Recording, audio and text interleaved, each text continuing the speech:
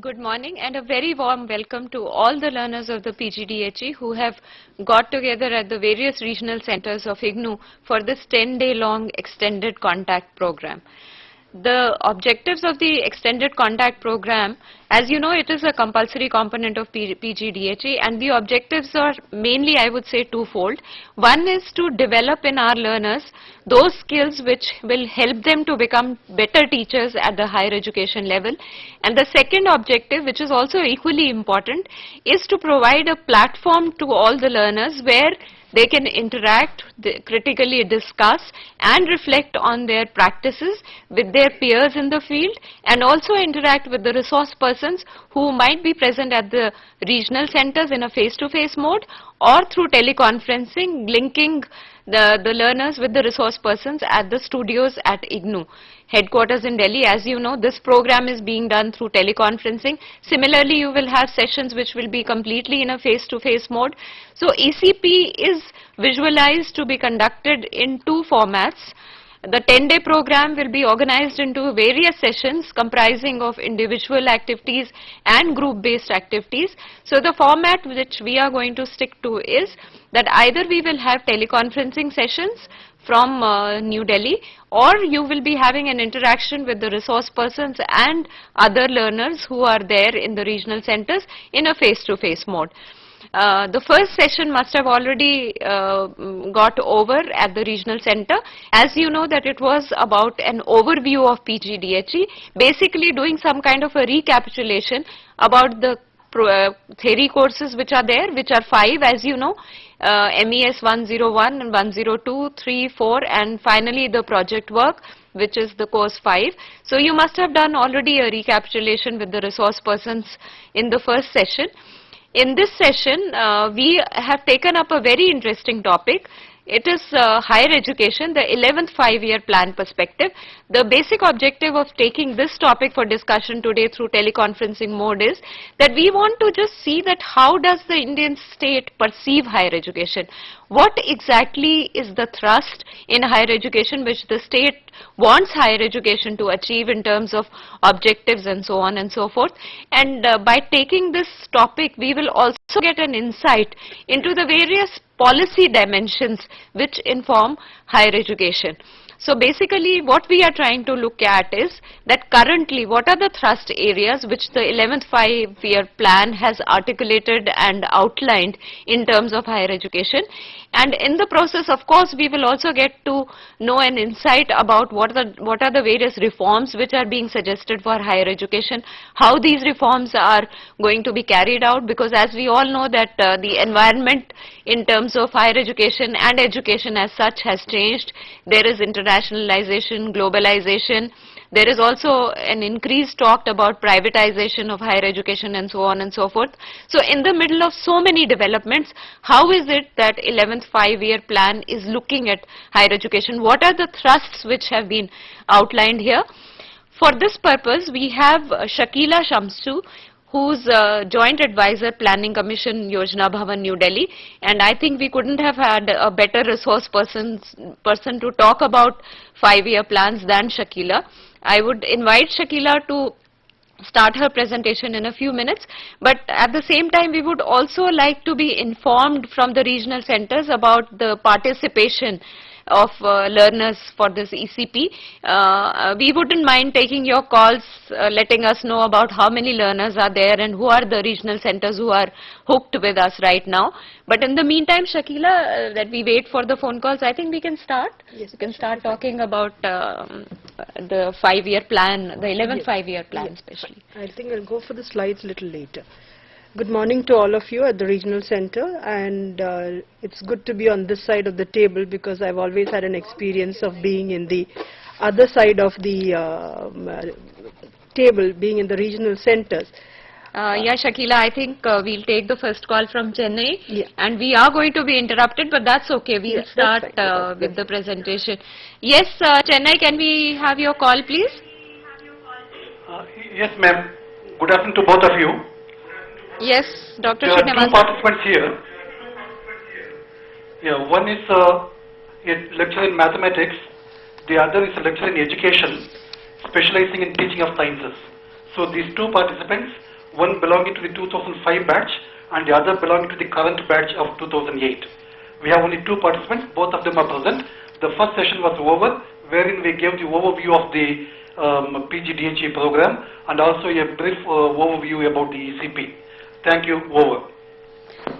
Thank you, Dr. Srinivasan, and I hope the other regional centers will also let us know about the number of participants, and I am really hoping that there would be more people than this number which has just been communicated to us from Chennai. I am hoping that there are more participants, and so that we can look forward to a more meaningful interaction in the session subsequently. So, Shakila, please continue. Yeah, it was good to hear Dr. Srinivasan and to know that there are 2 participants there. Of course, I also would like to tell Poonam that even that one single student who is there in the regional center would make a lot of difference to all of us in the regional center, plus those who are over here, because I think whoever has come in has taken the pains, and I think we do give due respect to his effort to taking up the program very seriously. My talk today on higher education and the 5-year plan, with special emphasis on the 11th 5-year plan. It is basically to give you an overall perspective of the thrust areas that are being proposed in the 11th 5-year plan, with also issues that are going to come about with respect to academic reforms. And we thought, as teachers being stakeholders and who are doing this program, either you are currently teachers or you are likely to become teachers in the higher education system, so we thought that this would be the right sort of forum where we could throw open to you what the government of India is planning in terms of a huge set of academic reforms to come about in the 11th 5-year plan. Shakila, I'll again interrupt you here. We have a call from Shillong. Yes, Shillong?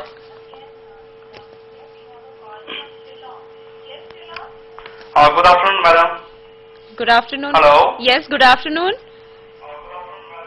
Yeah, I'm speaking from IGNOU Regional Center, Shillong. And I'm to inform you that we have 4 participants. And Dr. Kinsai Warchiri is the program director. Thank you. Welcome, Shillong, and good to know that you have 4 participants. I'm sure they're going to enjoy the discussion we are carrying out here.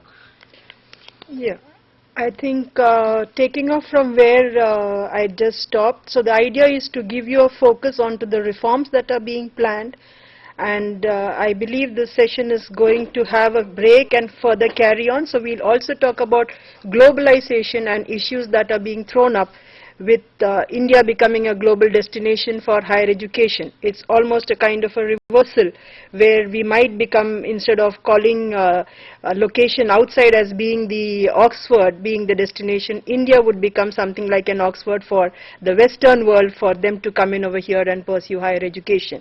So how are we going to cope up with those challenges, and how are we going to address issues?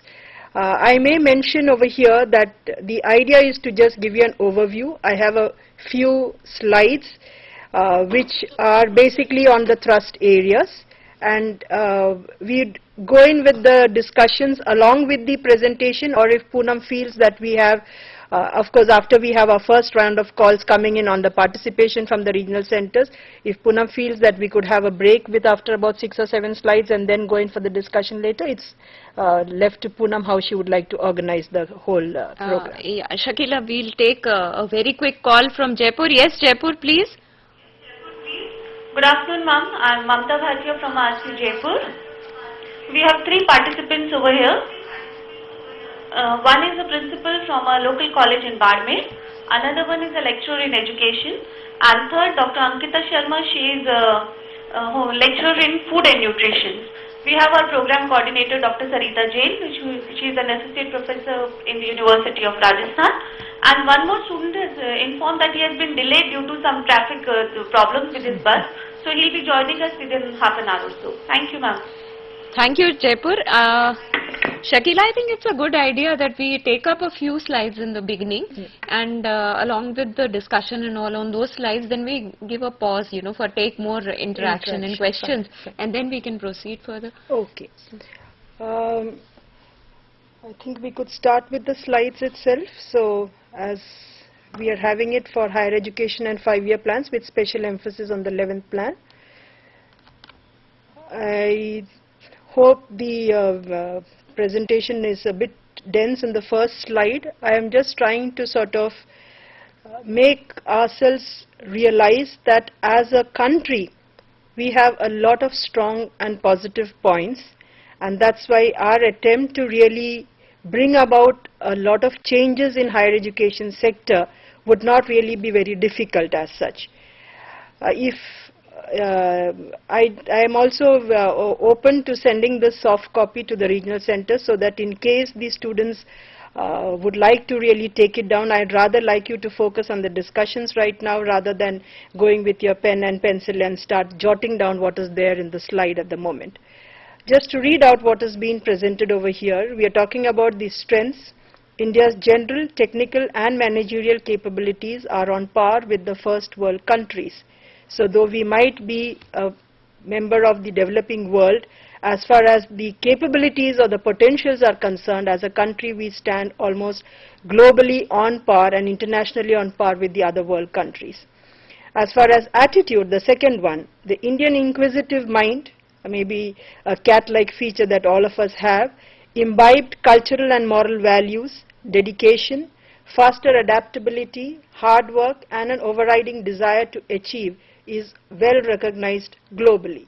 Now this also, the fact that you have the potential but you also have the attitudinal strength or the positive kind of values that you need to bring about changes is also a plus point as far as the country is concerned. Then comes the point of the major advantage that we have. World over there is a problem where the youth population is fastly shrinking and with a higher dependency ratio. That is what has been seen in the world as a whole. Whereas India has a demographic advantage of 70% of the population being in an age group less than 35 years. Now this demographic advantage we feel is a potential, that is the age group and the age group of 10 to 19 years is something like 225 million.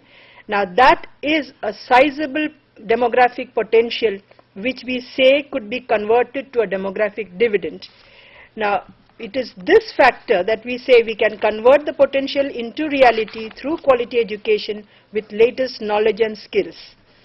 Now I may mention that the main focus in the 11th 5-year plan for higher education is excellence, expansion with equity. So these are the 3 E's, as we might call it, as easier to remember. Excellence, so that's going to be a quality thrust. In fact, the 11th 5-year plan on education is a quality plan.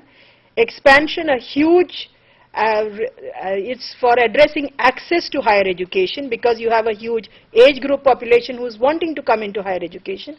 But this is going to be with inclusiveness, with equity, by addressing all the gaps that are there between the rural and the urban, between gender gaps, between socially disadvantaged groups, and so on. I think you have a call coming Yeah, in? we have a call from Delhi. Yes, Delhi?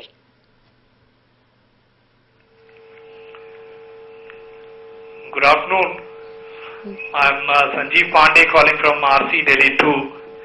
We have 7 participants, those who are participating in this ECP program, and there is one more who's joining us tomorrow. And of course there's a good mix of the students ranging from teachers to head of the institution, and of course having rich experience of both administration and teaching. So we are all very confident that this ECP program will go a long way in further strengthening the system, as also in reinforcing the learning process for the students. Thank you and over. Thank you, Dr. Pandey, very much, and I'm very happy that we have a mix of these type of learners there, and I'm sure that the interaction will be very meaningful, not only through teleconferencing but also when you do some kind of a peer interaction and with the resource persons at your end. So Shakila, you were talking about the 3 E's. Yes. So we can, I think, continue, and we are looking forward to hearing more from the other regional centers. We really want to know which are the regional centers which are hooked up and how many learners are participating.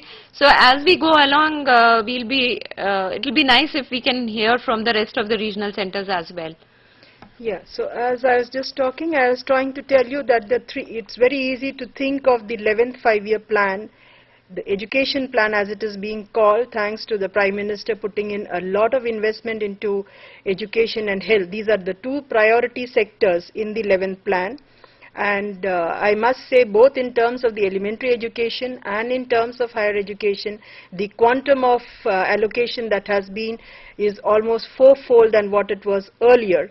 And particularly the point of relevance to us in this group over here is that higher education has got its meaningful position, because all throughout in the 5-year planning, the thrust has been being a what we may call a developing country with problems of literacy being addressed at the elementary level, and talking about huge flagship programs that we had of Sarva Shiksha Abhiyan and the midday meal scheme, which was basically targeted at universalizing elementary education. We have not been able to give the due share that was necessary for higher education.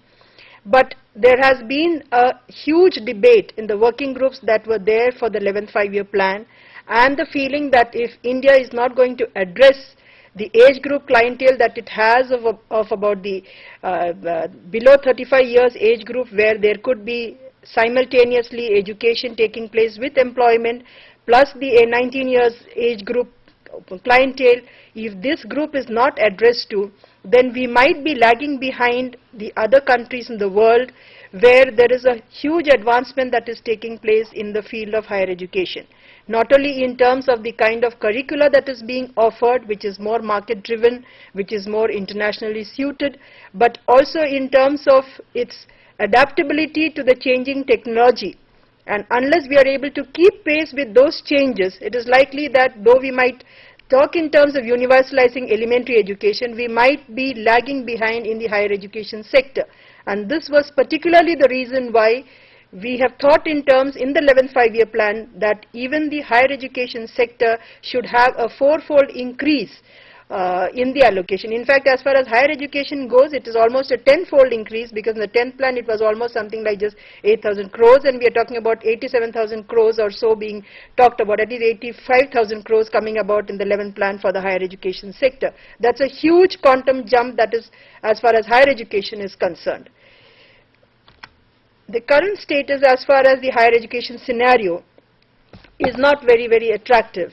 We say that our enrollment in higher education is extremely low and grossly inadequate to meet the huge magnitude of apparent and latent demand for higher education in the country. India's GER, that is the gross enrollment ratio for higher education, is poor in international comparisons and is only half the Asian average. I've just tried to give you some statistics. In the developed countries, we are talking of a higher education GER as, can we have the slide back? Call. Khanna. Yes, Khanna, please. Khanna, are you on the line, please? Santosh Kumari calling from IGNOU RC Khanna. Madam, we have written letters to 23 students for attending the program. Even all the students have a contact over phone. So, madam, even not single a person has turned up. We are still waiting that they may turn up in this program. This is the attendance. Okay, thank you, madam. Thank you, Khanna. Yes, Shakila, please. Yeah, can we go back to the slide, because the statistics and people would be interested, learners might be interested in, Talking about the gross enrollment ratio as far as the developed countries, it's about 54.6%. The countries in transition, we have been coining new terms for developing countries, and we're talking about 36.5 in the developing world, and the world average moving to 23.2. Whereas our GER in higher education is only something less than 10. And we have put a target of trying to reach a GER of 15% by 2011-12. That's what the next slide is trying to tell you. The long-term goal is that all young people who aspire for higher education should have access to college and university education of good quality and standards. We have, if you see, it is going to come in terms of all the three factors of excellence, expansion and equity come into that long-term goal. Because anyone who's desirous of higher education, which would mean it's going to be means blind. It is irrespective of your social and your economic status that you're going to be able, if you have a desire to learn, then it is the responsibility of the state to ensure that a person who is desirous of learning should get an opportunity to learn. So there is the equity factor comes in itself when we say all young people who aspire for higher education, without qualifying it by saying it is only the elitist, or it is only someone who is living in an urban area, or it's only the between the genders, it's only the males, or any social group which is not having access. All of them could be included into that. The word all young people is bringing in that inclusiveness irrespective of any of these factors. Should have access to college and university education. So access, it is where the expansion factor comes in. It should not be that I desire to go to a college, but I need to commute maybe 50 kilometers on a daily basis to access a college, in which case the very fact that the distance does not permit me to go in for higher education, that should not be a limiting factor. And that is why the expansion that is being planned with the idea that if there is no college there, or if there is no university there, then it is the responsibility of the state to ensure that there is a college and a university within a reasonable distance for a learner who is desiring to go in for higher education. And the third factor of good quality and standard. So you can see that the long-term goal, as we have put it in one sentence, does try to encompass all the three thrust areas that are being projected in the 11th five-year plan for higher education. I am, of course, focusing particularly on higher and technical education. We've used, as far as the policies go, I must try and tell you that higher and technical education are taken together as one genus rather than seeing it separately. So the IITs and the IIMs and the management education and all the other areas of engineering and sciences get included within technical education. Now the perspective plan, that is a long-term plan that the Planning Commission had put forward as a target, and which the MHRD is trying to bring about policies to achieve, that is to increase the gross enrollment ratio at a phenomenal 20% in a 10 years time span. So that is 2020, we are planning something like a GER going up from the present less than 10%, almost 9.5%, going up to 20% in about 2020. And as far as the 11th plan is concerned, that is ending in 2012, we are talking about an increased gross enrollment ratio to 15%. And this in terms, when you translate this in terms, it means that the enrollment in universities and colleges would increase from the 11.2 million, which was in 2005-06, going up to 21.5 million by 2011-12, which is at an exponential growth rate of about 13.9% per annum. Now this, I would say, is a phenomenal kind of increase that is being planned, and it is with this idea of increasing the gross enrollment ratio. I may mention over here that for, let me not take it for granted that the receivers of this information are already familiar with gross enrollment ratio. It's a statistic, it is a kind of a terminology used to say that the age group population of 18 to 24 is the age group which goes in for higher education. And in this age group population, as per as the 2001 census, we are talking about how many of them in that age group are actually into higher education. And we find that as far as the present census of 2001, India has only about 9.5% of that age group population, relevant age group population, going in for higher education. And world over, that average is substantially on a higher side. And so we have set ourselves a target of trying to achieve a 15% gross enrollment ratio, which I must say is not an easy task to sort of really realize. But when you set a target, you must set a target with a timeline. And there are no targets which are set without timelines. You cannot talk without really putting a timeline as to when you intend to achieve that target. And so the target has been fixed at about 15%. We might reach it or we might exceed that. It can be plus minus 1 or 2 on the either side of the target set. But the point remains that if you put a target, specify a realizable target within a specified timeline. And that is exactly what the Planning Commission had done when after a series of discussions with the working groups had in higher education sector, we thought that higher and technical education taken together, we thought that the 15% target is not really an unrealizable dream as such. And so 15% by 2011-12 and 20% by 2020, which is a spillover of the 12th five-year plan also. I may mention that if there is anything that needs to come about as questions, we need not really be hard and fast. You can interact even in between, because these slides can be stopped at any point of time, and because if you have questions and we wait to sort of compile these questions at the end of the presentation, if you feel that it would lose its relevance over that time, you can always put in the questions at this stage also. I think Poonam, we should be. I think it's a good idea, because we have talked about certain things, especially the objectives of the 11th five-year plan. We've also talked about the gross enrollment ratios and so on. So if there are any questions which need to come up for clarifications or for discussion, please throw up your questions and start asking Shakila, because before she goes on to the other slides, I think it will be quite all right if we can take some things for discussion also at this point. In fact, Poonam, with the fact that we are having senior faculties who have had experience as administrators also, I think it would be more like a discussion. That's exactly. Rather than in terms of really questions, because I am just trying to put forth what is the state's policy, and it's the stakeholders who are there who would have views on whether really, like when we say a 15% GER, what does a principal in a college feel in terms of how he would be able to address that particular issue. And so it would be more like a discussion. So we could invite views, and it could be expression of their experiences also. Yeah. We have a call from Kolkata, which we would like to take up right now. Yes, Kolkata, please. Hello, madam. Yes. I am calling from Regional Center, Kolkata. I am going to pay the teleconferencing facilitator. Is one student is attending this teleconferencing.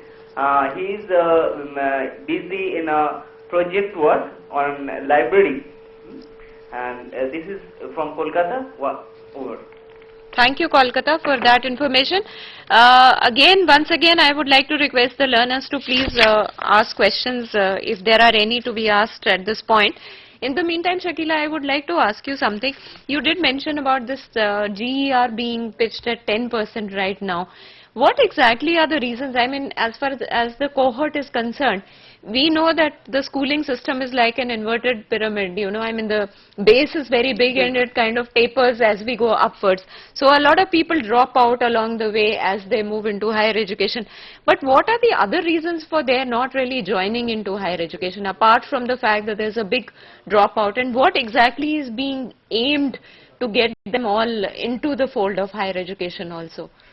Poonam, I may mention that one factor which possibly we do not realize when we are located in urban areas is that access to higher education is a major issue in some of the, what I may say, even semi-urban or rural areas.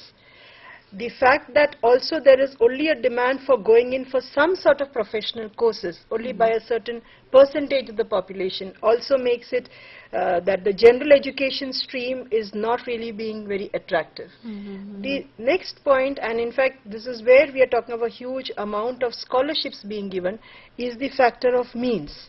So I may mention that there are segments of the population, socially disadvantaged sections of the population, women, the so-called disadvantaged groups such as the scheduled castes, the scheduled tribes, the other backward classes, the minorities, the tribal population, and I may also say that this is an escalating factor. It is that the dropout rates in the schools are also quite dismal. It keeps further escalating as you have a huge dropout that comes in at class 8. Then you have a huge dropout which comes in at class 10 and a huge dropout which comes in at class 12. In fact, the whole attempt is to see right now, as far as the elementary and the secondary and higher secondary education, to retain people up to the 12th.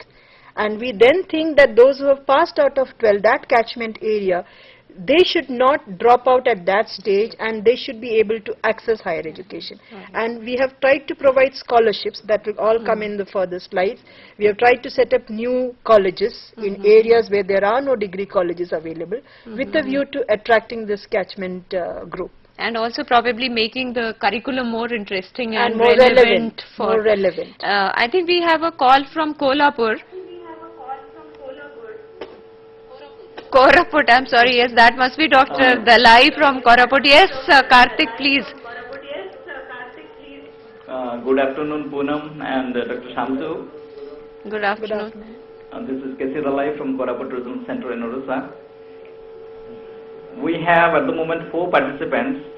3 more are likely to join this afternoon. Out of the 4, 1 is from economics background, 2 are from political science, and 1 is from English. Our resource person, Dr. Nityananda Pradhan, is present.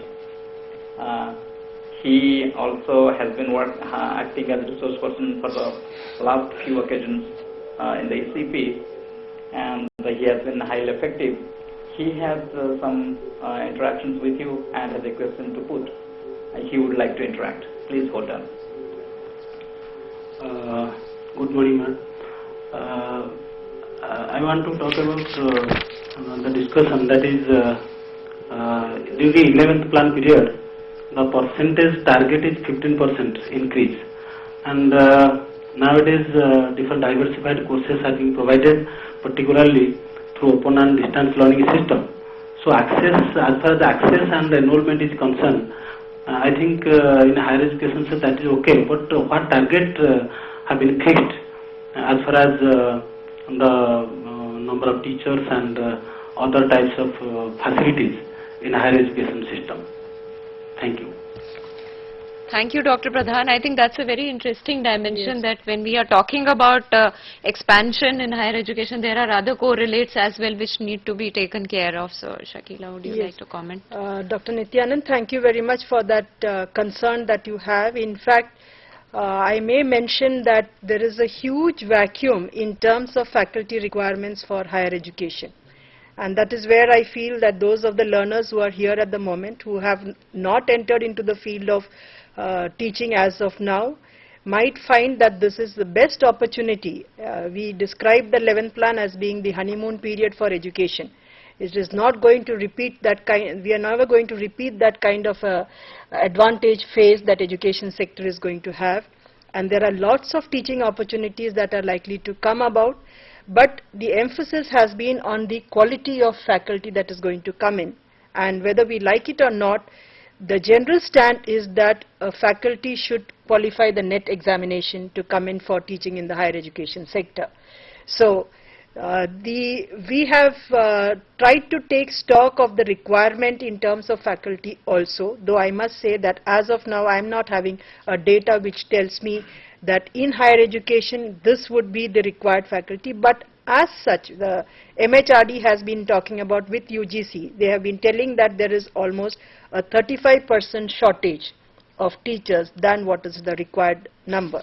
This is a figure that was told in a meeting yesterday by the UGC chairman, that the rough percentage of teacher vacancies lying vacant, it ranges from between 20 to 55 or so, and he says you could pitch it at an average of something like 35% teachers lying vacant in institutions of higher education. This is inclusive of both the central universities, and when you talk of technical institutions, it would be at a still higher level, where of course, but there what happens in engineering faculties and in management institutions is that they have a flow of faculty coming in as associate faculty from other institutions, and they have a pool of faculty people who sort of move around and take them in different institutions. They are not necessarily full-time regular faculty of a particular institute.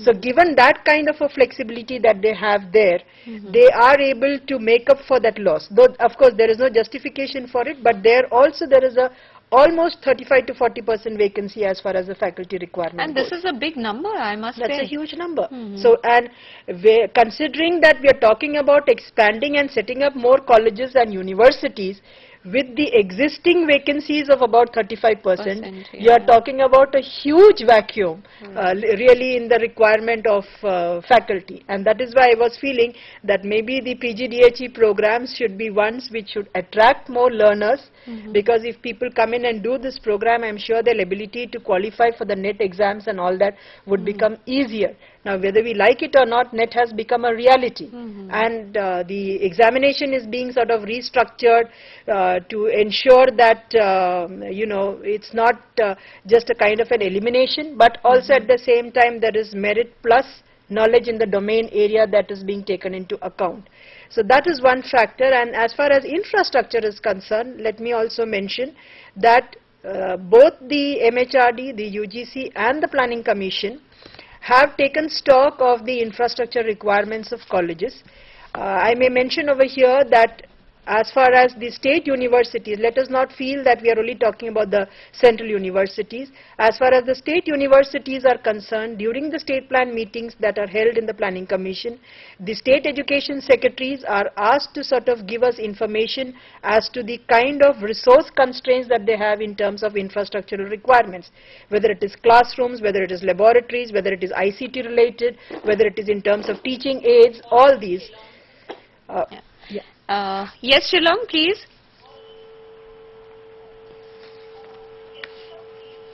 Yes, good afternoon, ma'am. Good afternoon. Good afternoon, ma'am. Yes, good afternoon. Please go ahead. My name is Jennifer and I'm teaching biochemistry. Yes. Yeah, ma'am, you were mentioning that about the gross enrollment ratio, that the current status is 9.2%, and we are hoping to, you know, achieve 20% by about 2020, right? Yes, yes, please a very continue. important point which you had mentioned is that you said that distance should not be a hindrance. So here in the 11th five-year plan, are we looking at multi-campuses university for job-oriented courses, where the university goes to the student and not the student going to the university? Is that a possibility, and will it be a reality, ma'am? Thank you. Thank you, Shillong, for that question. Shakila. Yeah, thank you, Shillong. And continuing with what I had on the earlier question, as far as the infrastructure constraints are concerned, the government is taking a stock of what would be the requirements at the state university level and the colleges located in those states, and trying to see through a kind of an institutional assessment what would be their requirements. I may mention over here a point that is relevant is that while at the central level there has been a priority on education as a sector, it is very depressing to see that not all states necessarily accord the same kind of priority in their state plans. And you might find that there are other developmental sectors like power, energy, roads, transport, and other sectors which are given importance. Fair enough, because those are the factors which are sort of going to thrust or throw that state into a development mode. But at the same time, what we are trying to impress upon them is that they also need to address the issues of education. Now here again, within education, inter se, you might find that states which are just which are the backward states, the 6 or 7 backward states, what we call the Bimaru states and a few of the others, these states would be more interested in addressing issues affecting the elementary education, and so they may not really be focusing on higher education. So there is a need, as far as the states are concerned also, it would not be just sufficient for us to set a target and say that the state has got to do it, because ultimately you are not going to have the GER coming in through the central universities or the IITs and the IIMs. You are going to depend on the 200 odd state universities which are there.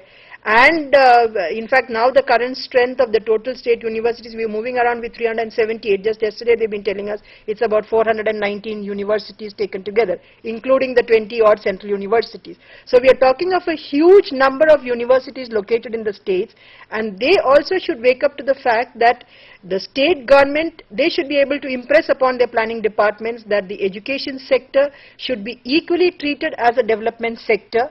if you do not put them onto the track of development, it is likely that you will have power, you will have transport, but you will be, your demographic dividend could not be converted into an advantage. So the infrastructure part is also being addressed to, as Dr. Nityanand was trying to ask.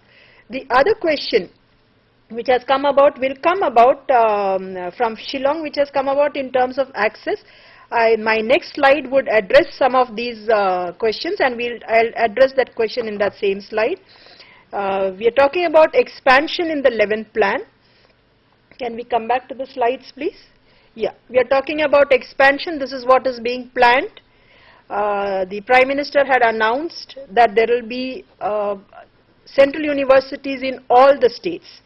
So as of now, we are having a few states which do not have the central universities, and so there is a plan to set up 16 central universities so that each state would have one central university. These central universities, let me mention, would be multidisciplinary. And we also have addressed, if I may address what Shillong was asking, we are talking in terms of innovative type of courses. In terms of innovation, I am not trying to say something that's totally out of the box, but something that is going to be market driven, something that is economically relevant to industry needs, rather than having the general kind of tertiary education where we are bringing out unemployable graduates. And that is a big issue. In fact, the question today is not of employment opportunities. The question is of the employability of these graduates who have successfully completed a huge program in higher education but are still not employable in the world of skills requirement, are not competent enough to be employed in that world. So employability is today the criteria, and not really employment being an issue. So the point that she was talking about of having multiple kind of courses and addressing market needs is being addressed over here. The central universities would be multidisciplinary. Then, Yes, Pune, please. Hello, I'm calling from RC Pune. We have 7 participants over here, and Mrs. Sakhre and Raju Talreja would like to ask you questions. Actually, the audio is not very clear. Hello, good afternoon, Yes, madam. yes. I have a question in terms of globalization of higher education. What is the present research and development scenario? And I would also like to know about its future perspectives in the 11th plan, please. Thank you. Thank you, Pune. From RC Pune. You spoke about accessibility. I wanted to ask a question regarding that. In terms of accessibility in urban areas, how much is the scope for open category where they are ready to pay for the higher education and who are willing to take part in higher education? My second question is there any provision in the plan for performance-based incentives for the faculty in higher education? Thank you. Thank you, Pune. Yes, Shakila, we have, I think, about 2-3 minutes left before we can wind up this session, because we'll get into a break for 15 minutes and continue again at 1 o'clock. So will you just like to wind up and say some kind of a comment on the slides you've done so far? No, I think we'll just take up this particular slide possibly, and that would also address some of there. And I must say thank you to Poona, and nice to hear Kalpana on the other side. We are talking in terms of expansion in higher education. I would say that the few issues that came about on access in the urban areas, as well as about the performance-based incentive package for the faculty, would be taken up following the break because of the time factor that they have over here. But I must mention that in addition to the central universities, we have 14 world-class universities to be set up. And this is where I would say that one of the questions that came about, that someone who is willing to sort of pay for it, of course this would take time to come about. The point that you're talking in terms of urban areas, someone willing to pay for it, I think you already have an existing scenario of self-financing courses being offered by the universities, because institutions or universities are being asked to sort of be revenue sustaining. So they are supposed to generate their own revenue, and the best way that they try to do and come out of the red from their own deficits that they have in the budgets is by offering the self-financing courses. These self-financing courses are market oriented for the simple reason that I would not pay 10 times more the fees that I am paying for a course unless I find that I am going to be employed. and therefore these self-financing courses would be able to take into account anyone who is willing to pay for a program and where seats are available, where he has to compete through merit and come in through that particular stream of admission.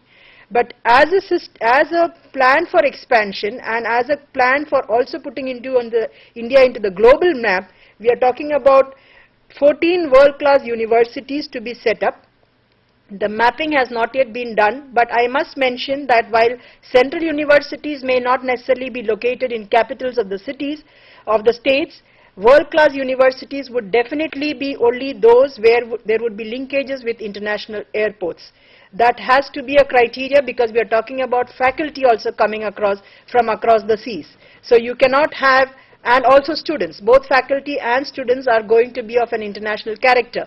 So if they are going to be of an international character, you could not have located them in inaccessible areas where they would be finding it difficult to come into an airport. So that is why world class would remain in terms of location, may not necessarily be in remote areas.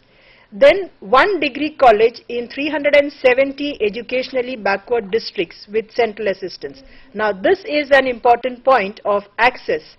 The point that Poonam you were raising, you were talking in terms of why is it that our GER in higher education is low, is we have identified that there are 370 districts which have no degree college. So if you're talking about India has about 600 odd districts, more than 50% of its districts do not have a degree college. Now if you talk of a geographical location like a district not having a degree college, you do not expect the cohort of that age group going beyond the dimensions of that district to go in for higher education. So that is also one of the area, and we can elaborate on this later. I just complete the slide and we can come back after the break. 6,000 colleges which are not presently getting any funding or financial assistance from the UGC because they do not fit into their so-called criteria of getting financial assistance because of low infrastructure and things like that. These colleges would be identified and they would be sort of strengthened, but the one-time assistance. Now it is like the chicken and the egg situation. They are not getting their financial assistance because they don't have the infrastructure, and because they don't have the infrastructure, they are continued to be in that same cycle of not getting financial assistance. And the last point is 25 old deemed universities would be assisted financially again. I'd stop with this slide. We'll take up the questions which were raised over here and continue with our presentation after the break, Poonam, I think. I think we'll get back at 1 o'clock. So there is a 10-minute break. You could discuss about this session and also prepare for the next session. We would like to have more questions and we would start this session at 1 o'clock. So thank you for patient hearing for this session. See you at 1. Thank you.